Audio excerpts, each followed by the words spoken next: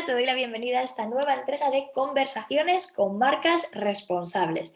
En esta ocasión vamos a hablar con la cofundadora de una cooperativa social que está acercando la economía circular a multitud de empresas y organizaciones. Una cooperativa para la que además he tenido la enorme suerte de trabajar. Estoy hablando de Believing Circular y su cofundadora, Dawa Fernández. Bienvenida, Dawa. Gracias, Alba. Gracias por invitarme a esta conversación. Nada, gracias a ti por unirte a estas conversaciones. Vamos a empezar hablando un poco de lo que es Believing, ¿vale? Believing es una marca que todavía tiene pocos años de vida, pero cuenta con una muy buena trayectoria de proyectos. Cuéntanos, ¿cómo surgió la idea de Believing y cuál dirías que es vuestro secreto para haber conseguido trabajar en proyectos tan relevantes en tan poco tiempo? Vale, a ver, la idea básicamente nace cuando Aitor, mi socio, y yo nos unimos. Los dos tenemos una pasión en común, que es la sostenibilidad, pero más allá de decir soy un ecologista dominguero y demás, es decir, ya cada uno por su lado como autónomo ya habíamos trabajado en proyectos relacionados con la sostenibilidad. Yo tal vez había estado más en tema de sostenibilidad textil y organización de eventos, y Aitor desde una perspectiva más ingenieril. Entonces, bueno, termina Aitor su tesis doctoral de ingeniería en economía circular y en un momento dado decidimos unirnos para unir fuerzas y pasar de ser un mero autónomo haciendo ciertos trabajos para ciertas empresas o clientes para ya tener algo como algo un poquito más serio, como pues en este caso como una cooperativa. Y el caso es que somos una consultora, comenzamos al principio trabajando para una fundación, ¿vale? Que es Emmaus Fundación Social. El primer proyecto fue muy simbólico y es que un día nos dice el director de innovación mira, dice, mira, eso que hacéis en vuestra casa del zero waste, del residuo cero y tal, quiero que me lo apliques en los centros de día, ¿vale? Las fundaciones tienen centros, casas de día, de noche. Y todo empezó así, o sea, básicamente empezó por aplicar lo que hacemos en casa, ya ponerle nombre, crear una metodología y empezar a trabajar en centros de día. Luego, obviamente, eso lo fuimos escalando. Hoteles, restaurantes, industria cinematográfica, máquina herramienta, bueno, sector más industrial y demás. Y yo creo que un poco el secreto ha sido, por un lado, tener muy claro cuáles son nuestros valores, tener muy claro qué tipo de proyecto quiero trabajar y qué tipo de proyecto no quiero trabajar porque siento que no aporta, y sobre todo estar como constantemente formándonos en temas de economía circular, sí, pero ligadas con la innovación, es decir, no quedarnos en el reciclaje, por ejemplo, ¿no? La economía del reciclaje, que yo siempre digo que la economía del reciclaje sí, pero la economía circular también plantea otras cosas.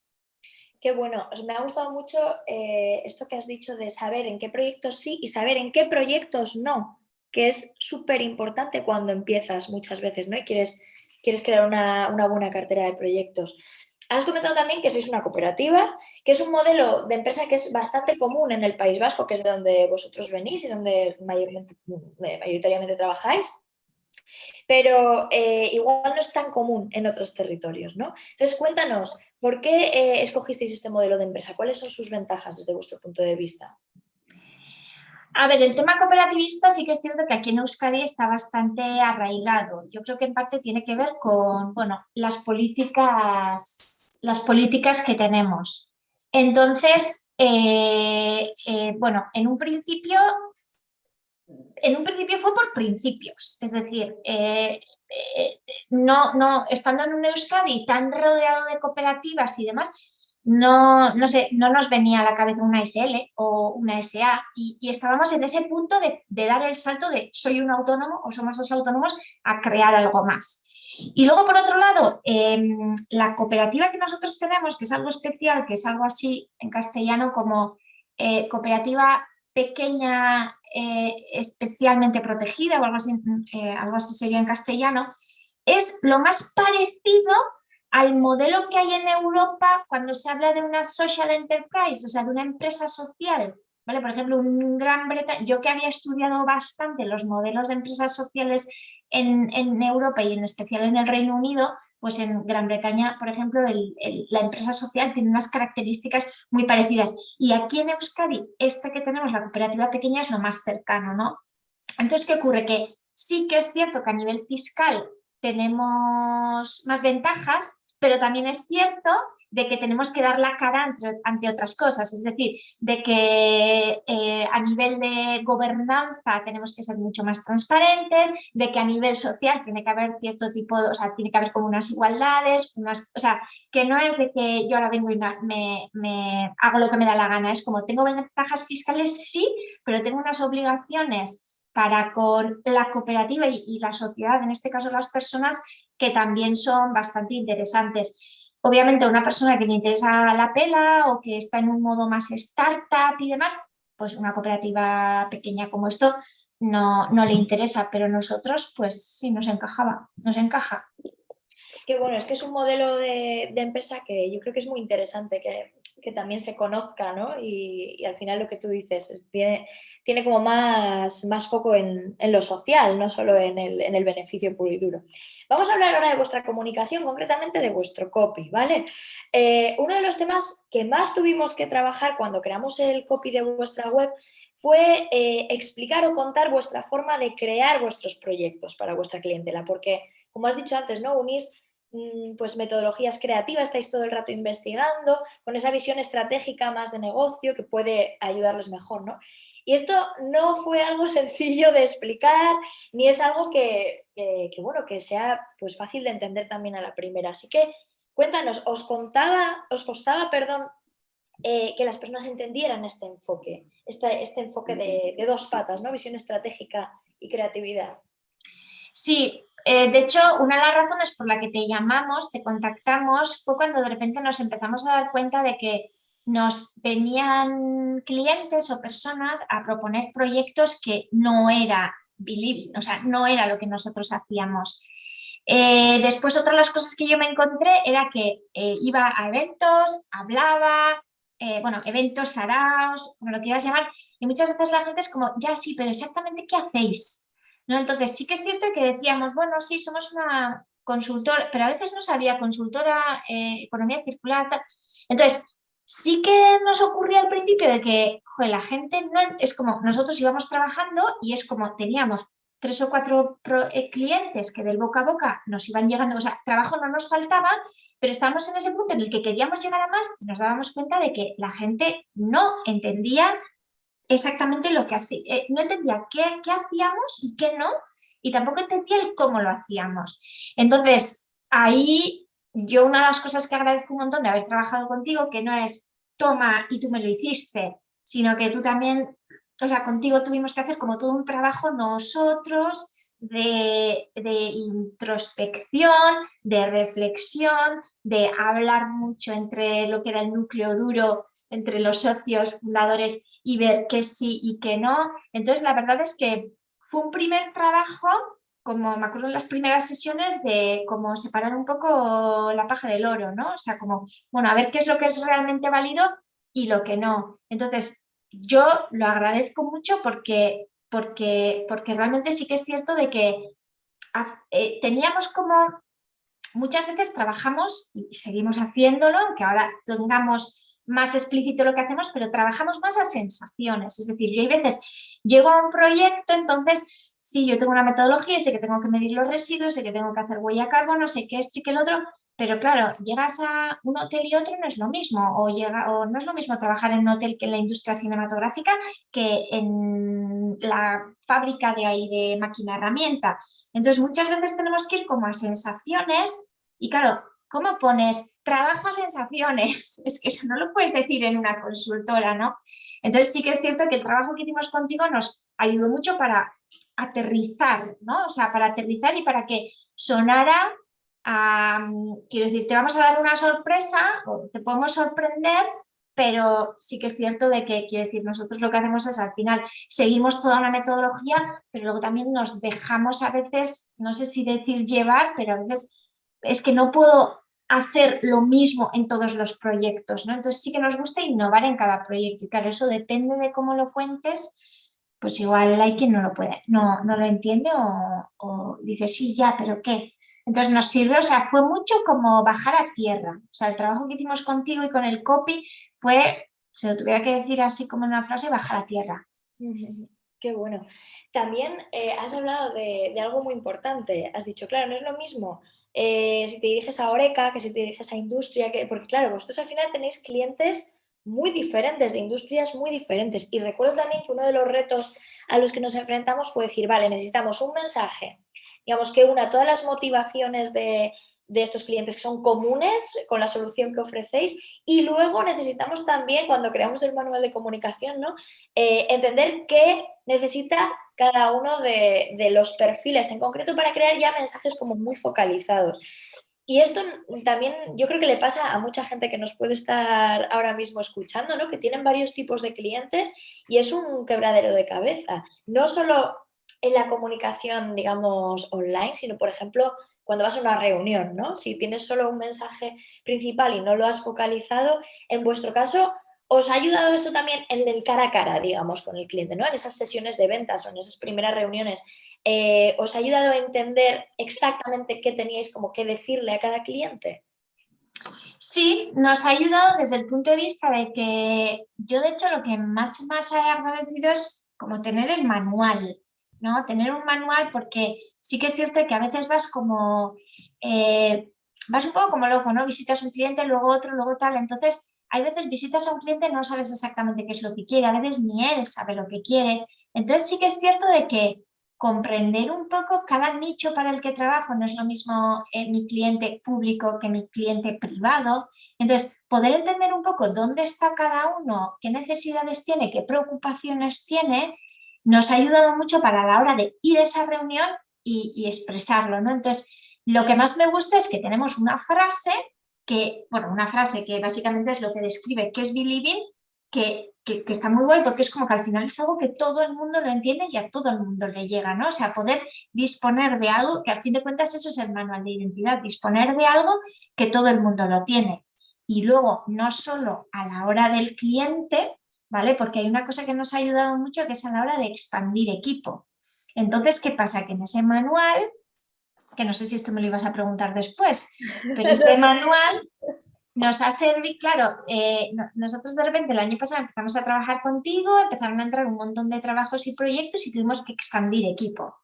Entonces, hay algo que para nosotros es súper importante, que es el tema de que la persona que entra a trabajar tiene que tener ciertos valores sí o sí. A mí no me sirve una persona que me está haciendo huella de carbono que, no sé cómo decirte, que luego en su día a día o en su consumo pues le da igual lo que hace. Porque es que nosotros hemos observado, yo me he dado cuenta de una cosa y es que la persona que tiene cierto cuidado con el consumo, su estilo de vida, cuando realmente lo hace porque lo siente, es más ávida a la hora de sacar un proyecto adelante, es más ávida a la hora de ver y de hablar con el cliente.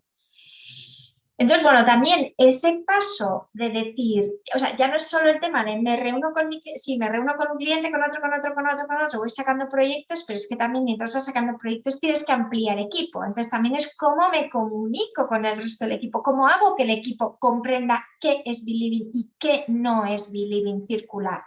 Entonces, ahí también tuvimos como, para mí es muy cómodo cada vez que entra alguien, bien sea una becaria o bien sea alguien con un contrato temporal o bien sea alguien pues que le tenemos de prueba pues como ahora que entra una persona ya en indefinido. Entonces, para mí es muy importante entregarle ese manual y ahí ve claro qué es Believing y qué no es Believing, por si de repente esa persona en un momento dado tiene que ir donde un cliente, pues que no sé cómo decirte, que de repente no diga, no, sí, hacemos certificaciones ISOs, ¿no? Somos como las otras, somos una consultora medioambiental. Es que no somos una consultora medioambiental al uso. Trabajamos nuestro objetivo único y exclusivamente es circularizar, ¿no? Practicar, llevar a cabo la economía circular, ejecutarla y activarla. Entonces, bueno, nos ha ayudado, o sea, por un lado está con el cliente, sí, pero luego también está a la hora de ampliar equipo, porque cliente, cliente, cliente, equipo, equipo, equipo. Entonces, lo que no puedes es estar aquí hablando con una persona y que esta otra persona no sepa de qué va Believing. Claro, y qué importante también para mantener pues esa coherencia también, ¿no? De cara, incluso pues eso, hablamos de clientela, pero también posibles inversores, ¿no? O organizaciones inversoras o otro tipo de stakeholders que al final tu equipo también sea capaz de defender la idea y comunicarla bien. Eso es súper importante. Y me ha gustado mucho lo que has resaltado de que las personas que están más concienciadas también están más ávidas del cambio. Es que tiene lógica, ¿verdad? Pero nunca lo había pensado. Y por eso al final como que trabajan mejor. Está muy bien esa visión. Volviendo también a vuestra experiencia comunicando, ¿no? No solo hablando del copy o el manual de comunicación con el que trabajamos, sino vuestra experiencia desde vuestros inicios, cuando estabais solos al final, ¿no? Comunicando. ¿Qué acciones o qué decisiones al final de comunicación sí o sí volveríais a poner en marcha si empezarais de nuevo? ¿Sí? ¿Cuáles han sido esas decisiones correctas de comunicación a la hora de, pues eso, de llegar a clientes o de llegar a inversores, de todo? Mira, yo sé que esto suena atópico, ¿vale? Pero, y yo no vendo esto, pero para mí la mejor inversión es invertir en comunicación. Y sé que suena atópico porque yo lo he oído en trope mil webinars y demás, pero es que al principio, cuando estás con tu proyecto o tu empresa, depende, da igual en la fase en la que estés, tenemos un poco como esa cosa, bueno, sobre todo al principio, tenemos esa cosa de, no, yo puedo con esto, con lo otro, va, no, yo me miro un webinar por ahí del Doméstica de copy y me lo hago yo, no, yo me hago la página, me hago yo. Claro, al final la cuestión no es, no, esto lo puedo hacer yo, no, esto lo puedo hacer. La cuestión es, no, ¿qué tienes que hacer tú? O sea, ¿qué es lo que tú haces súper mega bien? Y tienes que ir un poco a eso, porque si no, me hago la página, me hago el esto, me llevo el LinkedIn, escribo los posts, hago tal, y al final acabas exhausta al final del día. Entonces, para mí, la mejor decisión fue invertir y ya no solo en comunicación, quiero decir, el tema de, por ejemplo, el branding visual, ¿vale? O sea, toda la parte de diseño gráfico, de estos Believing, estos son los colores de Believing, y cuando te hacen un poco esta historia de te ponen una foto, esto es Believing, esto no es Believing, ¿no? Entonces, invertir en eso, o sea, invertir en la parte visual y también la parte textual, que nosotros al final la trabajamos contigo. Entonces, para mí es la mejor decisión porque es como delegas, te desentiendes, delegas en una persona en la que confías y sobre todo, para mí lo más importante es una persona que sepa de qué va tu nicho, ¿vale? Porque me acuerdo una vez, hablé con una amiga que es directora de comunicación de pero no entiende del nicho de sostenibilidad y ella me acuerdo que me dijo, es que en temas de comunicación tú tienes que contar con una persona muy experta en esto. Y me dijo, porque yo ahora mismo, siempre y cuando soy directora no sé qué, sería incapaz de redactarte una nota de prensa, porque para empezar no tengo ni idea de qué va la economía circular. Entonces, esa persona me dio un poco como la clave, ¿no? De que no vale cualquier comunicador al uso, ¿no? Para mí es súper importante que la persona sepa, luego pasa lo que pasa, vas al periódico y lees burradas, ¿no? De cualquier cosa, ¿no? Pues un periodista que no sabe de economía e intentando explicar un poco lo que ha pasado con la caída del desplome de la bolsa. Entonces, bueno, un poco lo que me refiero es que para mí lo mejor ha sido buscar esa persona de mi nicho, que en este caso eras tú, o sea, que pilota la comunicación y pilota mi nicho, y segundo, delegarlo y dejarme de, me hago el webinar y el cursito de no sé quién que me ha prometido que en 30 días me voy a hacer el tal. Entonces, para mí sí, lo mejor ha sido delegar. Y luego, otra cosa también que voy a decir es que nosotros al principio teníamos muy claro que nuestra red social era LinkedIn, ¿vale? Ni Instagram, ni Twitter, ni nada. Entonces al principio pues íbamos como podíamos, hoy pongo esto y mañana pongo lo otro y tal. Desde que tenemos el manual de comunicación donde esto es Believing, esto no es Believing, estas palabras son Believing, esto no, estas frases son Believing. Entonces, ¿qué pasa? Que voy a decir una vulgaridad, pero escribimos un post como quien se tira un pedo, ¿sabes? Es muy fácil, porque muchas veces es incluso esta semana no tienes que decir, cojo del manual, y sí que nosotros hemos notado que cada vez nos sigue más gente, y ya no solo es me sigue y te doy like, ¿no? Sino que cada vez más gente nos interactúa, más gente nos contacta por LinkedIn, es como que de repente se hubiera aunado un poco todo, ¿no? Entonces yo, para mí lo tengo muy claro, o sea, dejar de estar haciendo el hippie, como digo yo, y no, tranqui, que yo me lo guiso, yo me lo como y me lo hago yo, o sea, déjate el do it yourself para tu casa y en estos temas delegar. Me ha parecido muy, o sea, aparte de que te agradezco tus palabras, obviamente, en cuanto a mi trabajo, Pero sí es verdad que cuando yo empecé también me encontré con esto, ¿no? Y lo veo cada día también con emprendedoras y con emprendedores, sobre todo en las formaciones en las que trabajamos, que es como cuando delegar, es como si tienes recursos, si puedes permitírtelo. O sea, por ejemplo, para mí una de las mejores decisiones que he tomado siempre en mi negocio es delegar en un genial programador. O sea, es que me soluciona todo y me quita unos dolores de cabeza del copón, ¿no? O en diseño desde el principio, ¿no? Porque te da también otra, ¿no? Lo que podía ser también como los textos, pues también el diseño te da, digamos que, otro empaque cuando estás empezando frente a, pues cuando vas a vender a un proyecto, a un cliente, no es lo mismo, ¿no? Ir con tu logo diseñado en Canva que ir con un buen diseño, ¿no? Y eso es muy importante, qué bueno que lo hayas sacado a la luz. Y ahora vamos a darle la vuelta a la tortilla. ¿Qué decisiones o qué acciones de comunicación no volverías a tomar jamás? Nunca más, si ha habido alguna, claro. De comunicación, lo que he dicho, lo último, hacer el hippie. O sea, hacer el hippie es, no, no, tranqui, como Juan Palomo, yo me lo guiso, yo me lo como. O sea, eso es hacer el hippie. O sea, yo quiero decir, y yo soy muy a favor de hacer el hippie, pero hacer el hippie en tu casa, en tu huerta y en el monte.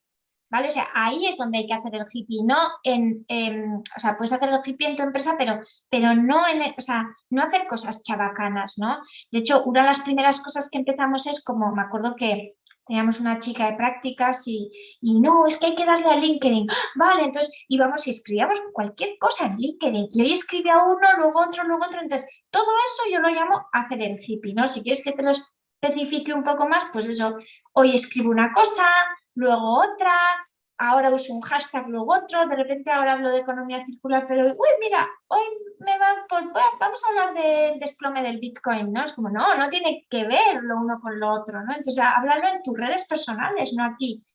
Entonces, sí, lo que no haría es hacer el hippie, o sea, no sé, es preferible callar, ¿no? Y decir, bueno, vale, venga, no tengo ni idea de qué tengo que hablar en redes, me callo, ¿vale? Me voy a planificar, me va a tomar un mes, 2 meses, 3 meses para planificar un poco bien de qué, para intentar ahorrar un poco de dinero, para contratar a alguien, tener a alguien que me ayude. O sea, es preferible estar en silencio que no estar posteando chorradas. Entonces, sí, perdona, Dama. no, es eso, o sea, hacer a lo loco, hacer cualquier cosa, porque he oído ahí en un vídeo de YouTube que no sé quién dijo qué tal, no, olvídate. Claro, es que a veces eso genera mucha frustración además, porque Mm. tú dices, jope, si yo estoy comunicando, ¿no? O sea, que eso es algo también con lo que me encuentro mucho, es que yo comunico, pero es que no funciona, es que nadie interactúa conmigo, nadie, no recibo un mensaje, no recibo un email. O sea, es esta frustración de, ¿qué estoy haciendo mal? Si se supone que estoy haciendo lo que debo hacer, que es pues publicar a cascoporro, ¿no? Y muchas veces es eso, que el tiro no está focalizado. Y bueno, la pregunta final, ya para acabar, que al final esta es la que siempre pregunto a todo el mundo porque me encanta conocer vuestras respuestas. ¿Qué consejo le darías a alguien, a una persona, que quiere crear una cooperativa social o una empresa social como la vuestra? Si solo tuvieras uno, y no tiene que ser de comunicación, puede ser de cualquier cosa. ¡Wow! Un solo consejo. A ver, pues me lo hubieras puesto más fácil si me dijeras 3 consejos, 5 Pues consejos. tres. Tú dale 3 consejos. Te parece mejor. A ver, voy a decir una cosa que también igual va a sonar atópico, pero creo que es súper importante perseguir un sueño. Es decir, yo ahora mismo, por ejemplo, yo tengo sobrinas adolescentes, jóvenes, que están, no, es que estudio esto porque tiene salidas. ¿No? Me acuerdo que mi padre decía, no es que la carrera de ingeniería tenga salidas, las personas tienen o no tienen salidas, independientemente de que hayas estudiado ingeniería o que hayas hecho jardinería. Entonces, para mí, yo una de las cosas que sí que veo importante es si te vas a convertir en autónomo o tu propio jefe emprendedor, como lo quieras llamar, es súper importante que seas fiel a ti misma o a ti mismo y que persigas un sueño. Es decir, que eso en lo que crees y eso que amas, te dediques a eso. O sea, eso de, no, trabajo en esto, pero tengo este otro hobby y estoy deseando que lleguen las vacaciones, incluso a jubilarme para poder ser persona. con 67 años o 70, que nos tocará jubilarnos a los de nuestra generación, quiero decir, te duele aquí, te duele allá, y o sea, no hay que, yo no creo que tengamos que postergarnos. Entonces, yo lo que sí que creo importante es, o sea, a fin de cuentas, donde más a gusto vas a estar es aquello en lo que te encanta. Y es muy difícil quemarte, o sea, básicamente viene a ser pasar del esfuerzo al talento, o sea, focalizarte en dónde está tu talento, eso que puedes estar haciendo miles y miles de horas y que no te aburras, y dedicarte a eso. O sea, yo conozco gente que se dedica a la economía circular porque dicen, bueno, pues ahora es lo que da de comer, y en realidad le chiflan los coches. O pues igual te deberías de plantear, no sé, el tema más de la movilidad, ¿no? O conozco gente que está en restauración y no le gusta nada comer ni cocinar, ¿no? Igual lo que le encantan son las flores. O, quiero decir, al final, conozco mucha gente que realmente no está haciendo lo que quiere. Entonces, ese sería el consejo number one y súper importante. Y luego también dos consejitos muy pequeños. La primera es que antes de ponerte a invertir a lo loco, que tengas una estabilidad económica mínima viable, ¿vale? Que a mí muchas veces, yo me acuerdo que me decían, no, pero mira, ese emprendió y el otro y el otro. Entonces te pones a observar y normalmente la gente que emprende y le va bien no es la gente que está súper ahogada, es porque o bien tienes un plan B, ¿no? Pues porque todavía mantienes tu otro trabajo, entonces empiezas a tal, o bien porque tienes un acuerdo con tu pareja y venga, uno está emprendiendo y el otro está trabajando, que de esos casos conozco tropemí, la mayoría. Entonces, sí que digo un mínimo de estabilidad económica, o sea, digo un mínimo, no tienes que ser la persona más rica ni millonaria del mundo. Y luego eso me refiero porque, claro, sin ese mínimo de estabilidad no puedes delegar tareitas que son quebraderos de cabeza. Entonces ese sería el tercer consejo, o sea, empieza a delegar aquello en lo que se te da fatal, como el tema informático que tú has dicho, pues yo estaba ahí y estaba ahí y sigo estando ahí. Es que el tema informático no me interesa, entonces como no me interesa, ¿me voy a dedicar a ello? No, que se dedique el hacker de turno que está ahí todo el día picando y que le chifla y que se tira 20 horas en un hackathon, pica, pues esa es la persona que te va a hacer súper a gusto esos quebraderos de cabeza de web. Entonces básicamente esos son los 3 mini consejos. Qué buenos los 3.000 consejos. Pues muchísimas gracias, Dago. Ha sido un placer, como siempre, escucharte. Y yo creo que además han salido temas muy jugosos, muy interesantes, que seguro que las personas que nos están escuchando pues los agradecen. Muchas gracias. Muchas gracias a ti, Alba. Un abrazo fuerte. Igualmente.